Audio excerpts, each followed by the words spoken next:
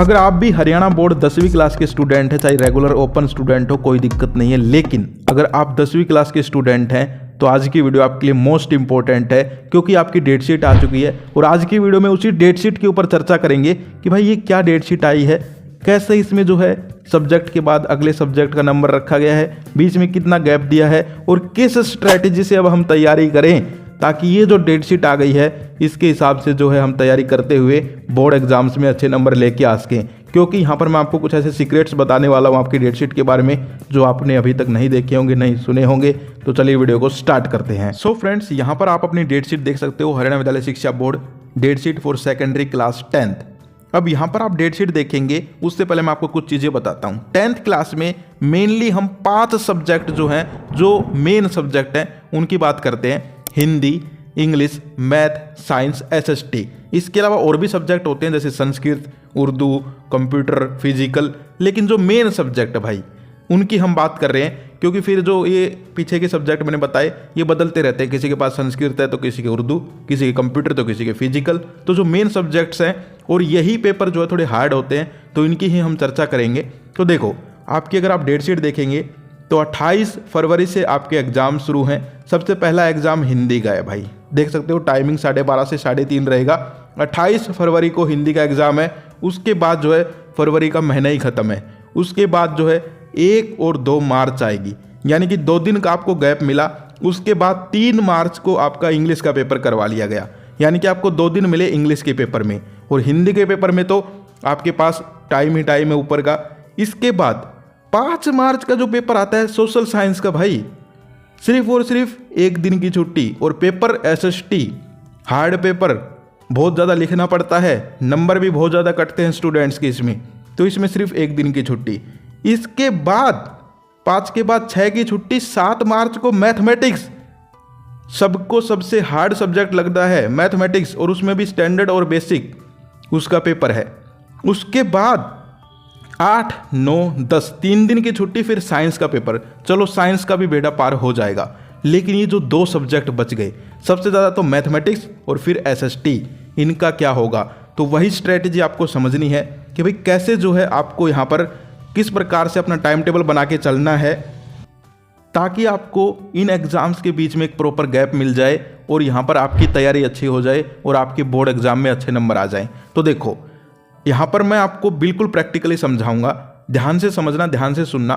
मान लीजिए अभी जो है जनवरी चल रहा है, जनवरी भी आपको स्कूल जाना है और फिर जो है फरवरी के भी कुछ दिन आपको स्कूल जाना है। मान लेते हैं हम कि यहाँ पर 15 फरवरी या 20 फरवरी, कोई भी एक डेट मान लो, या तो 15 फरवरी मान लो या 20 फरवरी, कि भाई आपको जो है स्कूल वाले फ्री कर देंगे। और अगर आप घर पे हैं तो फिर तो कोई दिक्कत नहीं है, ओपन बोर्ड के स्टूडेंट है तो आपके पास टाइम ही टाइम है। लेकिन ज़्यादातर स्टूडेंट स्कूल जाते हैं, तो मैं उस हिसाब से बात कर रहा हूँ। मान लीजिए 15 फरवरी या 20 फरवरी के आसपास, इसके आसपास आपको फ्री कर दिया गया। उसके बाद हम शुरू करते हैं, क्योंकि तब तक तो आपको सारे सब्जेक्ट रूटीन में पढ़ने ही है। स्कूल जाओगे तो ऐसा तो है नहीं कि सिर्फ हिंदी का पीरियड लगेगा और यहाँ पर हिंदी पढ़नी है पूरे दिन, या सिर्फ मैथ का पीरियड लगेगा। सारे सब्जेक्ट पढ़ने पड़ेंगे जब तक स्कूल जाते रहोगे। लेकिन जब आपको स्कूल ऑफ हो जाएंगे, आपको छुट्टी दे देंगे कि भाई अब घर पे बैठ के पढ़ो, अब आपके बोर्ड एग्जाम है, तब आपको कौन सी स्ट्रेटेजी से चलना है और अब भी आपको स्कूल से आने के बाद किस तरीके से पढ़ाई करनी है पूरे दिन में, वो भी हम डिस्कस करेंगे।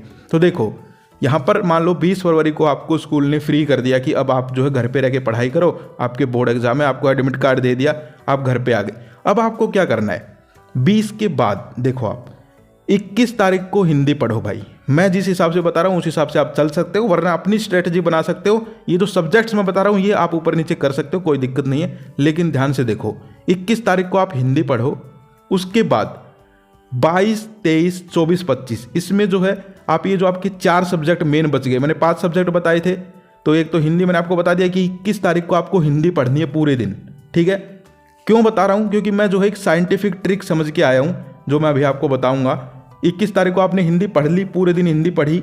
उसके बाद 22, 23, 24, 25 फरवरी, ये जो 4 दिन है इसमें आपके जो और 4 सब्जेक्ट बच गए, मैथ, इंग्लिश, साइंस, एसएसटी, ये आप पढ़िए। चाहे आप 22 को एसएसटी पढ़िए या मैथ पढ़िए, या फिर 23 को एसएसटी मैथ पढ़िए, इंग्लिश पढ़िए, 24 को, 25 को, चारों सब्जेक्ट हैं। 4 दिन मैंने आपको दे दिए हैं, जो भी आप पढ़ना चाहें पढ़ सकते हैं। उसके बाद 25 के बाद 26, 27 और 28 को तो पेपर है ही। 26, 27 को आपको हिंदी पढ़नी है भाई। ठीक है, 26-27 तारीख को आपको हिंदी दोबारा पढ़नी है। अब आपने 21 तारीख को हिंदी पढ़ी थी, फिर से आपने बीच में 4 दिन और सब्जेक्ट पढ़े पूरे दिन। अब जब जो है आप 26-27 को हिंदी पढ़ेंगे तो वो चीज़ें आपकी रिवाइज हो जाएंगी। और रिवीजन जो है एक ऐसी चीज़ है कि वो अगर आप करते हैं तो भाई आपने जो पढ़ा होगा ना 21 तारीख को, वो आपके दिमाग में फिट हो जाएगा। फिट कब होगा? 26-27 को। ये मत मानना कि 21 को पढ़ के ही काम चल जाएगा, नहीं। जब तक आप रिवीजन नहीं करेंगे भूल जाएंगे कि लेखक का जन्म कहाँ हुआ था, ये कौन था, वो कौन था। हिंदी में यही आते हैं, भूल जाओगे। तो इसलिए जो है आपको 26-27 को हिंदी पढ़नी है। इसके बाद हम बात करें, हिंदी का पेपर हो गया, इंग्लिश के पेपर पे आते हैं। इंग्लिश के पेपर में फिर जो है आपको 2 दिन का गैप मिल ही रहा है। और आपने जो है ये जो 4 दिन मैंने ऊपर बताए थे 22, 23, 24, 25, इसमें से एक दिन इंग्लिश पढ़ी ही होगी।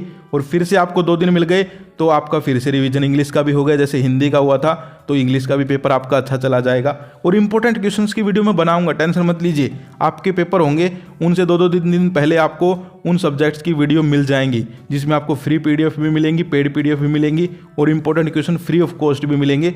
आप उन क्वेश्चंस को भी रिवाइज कर जाओगे तब भी आपका पेपर बहुत अच्छा होगा। लेकिन कम से कम आपको स्ट्रेटजी तो पता चले कि पढ़ना कैसे है। अब कोई है 28 को हिंदी का पेपर है, 20 तारीख को स्कूल ने फ्री कर दिया, पूरे 8 दिन हिंदी पढ़ने लग रहा है, तो भाई ऐसा नहीं करना है। इस स्ट्रेटजी से चलो जो मैं बता रहा हूँ। तो इंग्लिश का भी हो गया। अब आता है SST। अब आपको क्या करना है, मैंने आपको जो दिन बताए थे कि भाई आपके पास 4 दिन थे ऊपर 22, 23, 24, 25, उसमें से एक दिन आपने SST पढ़ी होगी और फिर एक दिन ये लोग दे रहे हैं, तो हो गए आपके पास 2 दिन। और पेपरों में भी 2 दिन थे ना, इसमें भी हो गए ना। वरना पहले तो सिर्फ एक दिन ही दिख रहा था, 3 के बाद सीधा 5 को पेपर था, बीच में 4 का दिन दिख रहा था। लेकिन अब 2 दिन आपने पढ़ लिया SST, इस हिसाब से चलना है। इसके बाद जो है फिर आपका मैथ का पेपर है। मैथ में भी ऐसे ही करना है, जो ऊपर आपने 4 दिन पढ़े थे उसमें एक दिन मैथ पढ़ा होगा, उसके बाद फिर से आपको 6 मार्च की यहाँ पर छुट्टी मिलेगी बीच में, उस दिन आप पूरे दिन मैथ निकालेंगे और फिर 7 को पेपर है ही। या फिर आप एक काम और कर सकते हैं, SST जो है उसके साथ भी थोड़ा सा मैथ अगर पढ़ना चाहें, क्योंकि मैं इसलिए कह रहा हूँ कि भाई सब्जेक्ट देखा जाता है। अब यहाँ पर मैथ की जगह हिंदी होता तो मैं आपको नहीं बोलता, लेकिन मैथ है, बहुत सारी एक्सरसाइज हैं और भी बहुत सारे यहाँ पर क्वेश्चंस होते हैं, NCERT है, तो आप थोड़ा बहुत उस दिन भी थोड़ा बहुत पढ़ लें भाई, समझ के 1-2 घंटे पढ़ लें ताकि आपकी जो है तैयारी हो जाए। क्योंकि सबसे हार्ड सब्जेक्ट मैं तो अपने हिसाब से मैथ, साइंस और SST इन तीनों को ही मानता हूँ। इसके बाद मैथ का पेपर हो गया, फिर आपका आएगा साइंस का पेपर। उसमें जो है आपने एक दिन ऊपर पढ़ा होगा साइंस, मैंने जैसा बताया 22, 23, 24, 25, ये 4 दिन याद रखो। ये 4 दिन मैंने आपको दिए थे कि इनमें आपको चारों सब्जेक्ट पढ़ने हैं। हिंदी तो मैंने आपको 21 को ही पढ़ा दी थी। उसके बाद 11 मार्च को साइंस का पेपर होगा। आपको जो है अच्छा खासा 2-3 दिन का टाइम मिल जाएगा, कोई दिक्कत नहीं है, साइंस का पेपर भी तुम्हारा अच्छा हो जाएगा। सिर्फ तुम्हें फोकस करना है मैथ और SST में। तो अब जो है अब यहाँ पर आप डेली कर रहे हैं, आप अभी छुट्टियाँ अगर आपकी हैं तो SST और मैथमेटिक्स रोज़ की 2 कॉपी लगा लो अपनी। SST के 5-5 क्वेश्चंस उसमें से लिखो, तैयार करो।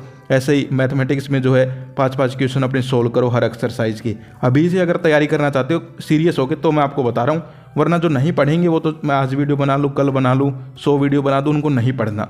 लेकिन जिनको पढ़ना है मैं बता रहा हूँ, अभी से अपने तैयारी करके चलो इन पेपर्स की, मैथमेटिक्स और SST की।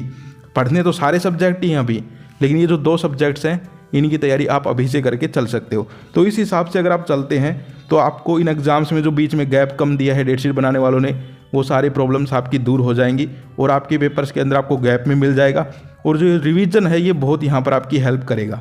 तो ये आपको करना है कि यहाँ पर जो है 20 की मान लीजिए फ्री होते हो आप, तो 21 को हिंदी पढ़नी है एक दिन, पूरे दिन हिंदी। उसके बाद 22, 23, 24, 25 इसमें 4 सब्जेक्ट हैं आपके, मैंने आपको 4 दिन दे दिए। आप लोग 22 को हो सकता है SST पढ़ लें, 23 को मैथ, 24 को साइंस, 25 को इंग्लिश, कुछ भी कर सकते हैं। इसके बाद 26-27 को फिर से आपको हिंदी पढ़नी है, 28 को पेपर देना है।